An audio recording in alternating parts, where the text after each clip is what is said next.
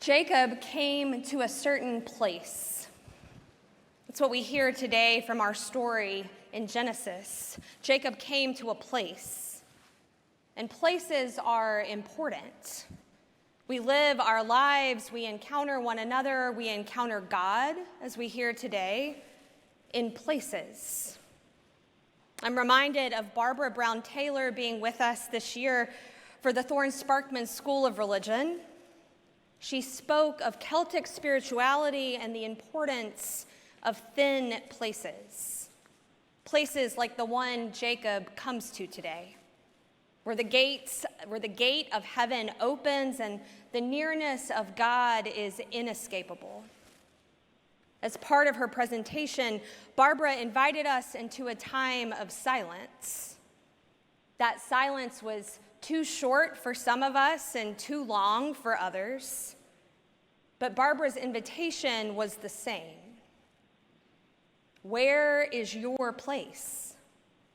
When you think about the gate of heaven being open and God being near, where is your place? And what about it draws you in? And what about it reveals the presence of God? Where is your place? And after the silence, Barbara looked out in this place and said, "Some of you went somewhere." She could feel it. All of us could. The power of place. Some of you have been somewhere just now, lingering in the nearness of God. Jacob came to a certain place. But here's the distinction for Jacob. Jacob did not know this place. Jacob did not seek it out. It was not his. This place was somewhere between here and there, between where Jacob had been and where Jacob was going. This place was nowhere, really, thick in its obscurity, kind of like Jacob, on the run and in between. Jacob and this place, not where you would go looking for God. And Jacob was certainly not looking for God.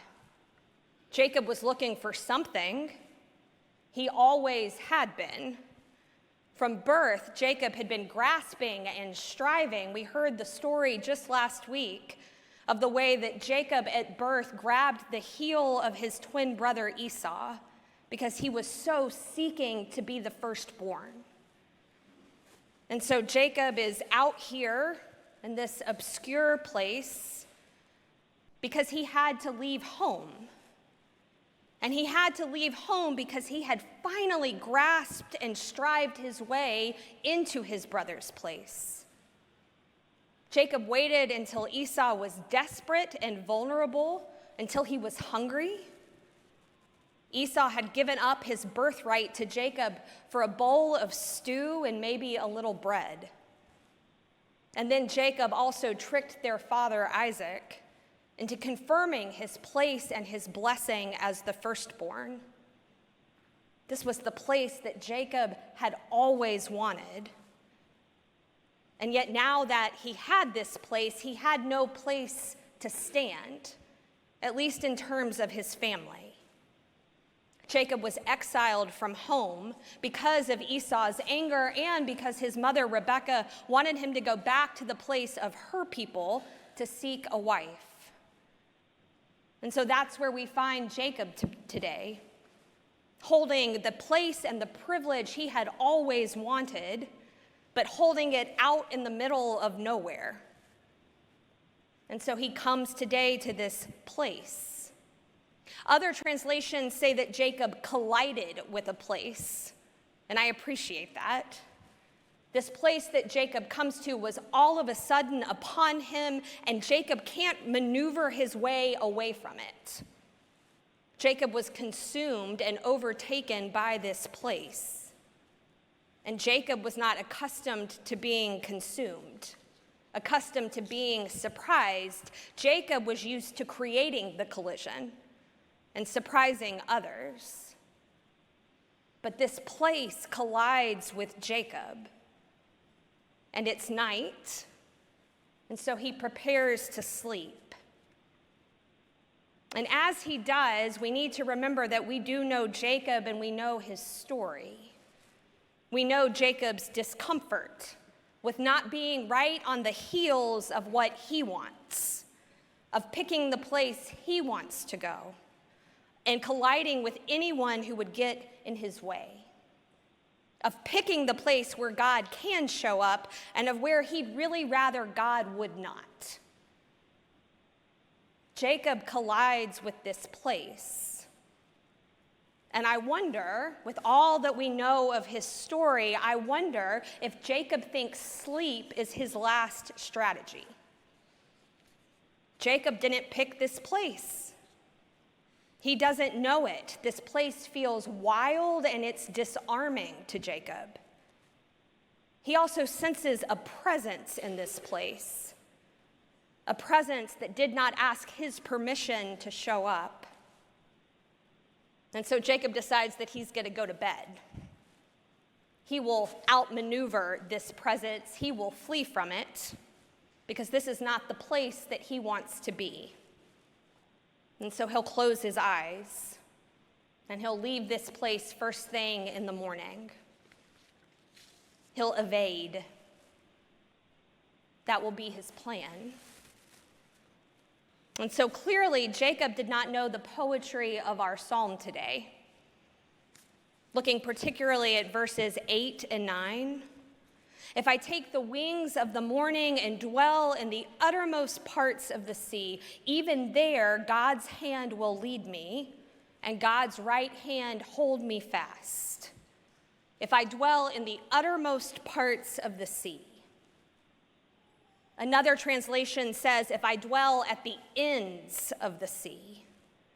And so the image we have here is of taking flight with the rising sun and following it westward beyond what is known. Following the sun to the limits of the imagined world. Because surely God respects those limits. Surely God cannot find us in that place, the place beyond what is known, the place of our imaginations and our dreams. Surely God will not find us there. And so Jacob drifts to that place, past the place of what is known, where he is sure that God will not, cannot collide with him. And of course, it is exactly in that place that God comes near. In a dream, revealing what Jacob sensed but could not or would not see in the waking world. God meets Jacob in his dreams. And God reminds Jacob of the covenant, of the promise to Jacob's family and to all the families of the earth. God promises to be with Jacob. I will not leave you, God says. There is no place you can go where I am not, even as you strive for it, even as you flee, even as you go beyond the wildest imaginings of the known world. I will not leave you. And when Jacob wakes, he names this place. Not because Jacob sought it out. He still doesn't even really know where he is. If asked to describe it, he would still say it's somewhere between here and there, between where he has been and where he's going. But this place now has a name. This somewhere between here and there. It has a name not because Jacob has sought it, but because God has sought Jacob. And Jacob knows that God will continue to be in this place and in all other places. And it's a terrifying promise, really. Terrifying for our own sense of control and command. God promises that God will collide with us anywhere and everywhere. When we least expect it and without our permission, when we are on the run and when we are in between. God promises to never leave us. This is the promise to Jacob and to Jacob's family and to all the families of the earth.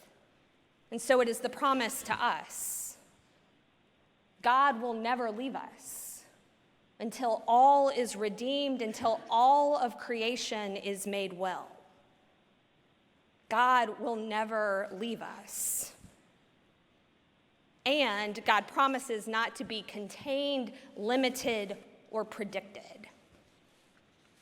It's almost like God shares something with the weeds. Always with us, and not to be contained, limited, or predicted. And I know that maybe feels counterintuitive or even wrong when we consider the parable that Jesus shares today. We're even given that explanation that Jesus shares with the disciples, where each character in the parable is defined. But the nature of the parables is to defy definition, to upend what seems clear and certain, to collide with us in an unexpected place. That is the power of the parables. To collide with us and tell us something about God that upends what we expect, that challenges our dead certainties. And so, maybe the kingdom of heaven is like wheat that is good and nourishing and sustaining, but also behaves more like the weeds. Wheat that takes root in unexpected places, wheat that is stubborn and takes hold and will not let go of the world. Wheat that is not planted and does not grow in careful, predictable rows and columns. We had that story last week. The parable of the sower, where it's not about where the seed falls, it's the fact that the way that the kingdom of heaven is made present is that it is just shared everywhere, and there is no place that is apart from it. There is no place where the seed of the kingdom of heaven is not found. So this is not predictable, it's not rows and columns, it's not farming in the way that farmers know to grow things. Wheat that does not look like what we expect. And so we better leave the harvest to God, because the kingdom of heaven is here, always with us, always present and yet still hoped for. We have those words today from Paul in his letter to the Romans, that the creation waits with eager longing for what is to be revealed, the fullness of the kingdom of heaven to be revealed. And I've shared a couple of translation notes. I have to share one more because I just love it so much. There are some who say that eager longing might better be translated as on tiptoe. Creation waits on tiptoe, as if all of creation is standing at the train station, leaning over just as far as we can, knowing that something is coming, knowing that we can't see it yet, but knowing that the promise is that it will come, even as it is already present. So the kingdom of heaven is here, always with us, wild, expansive, and unpredictable, invasive even, interrupting the terrors of the world. So we might say that the kingdom of heaven is like holy kudzu. There is no place where the kingdom of heaven is not, even beyond the limits of the imagined world. Surely the Lord is in this place.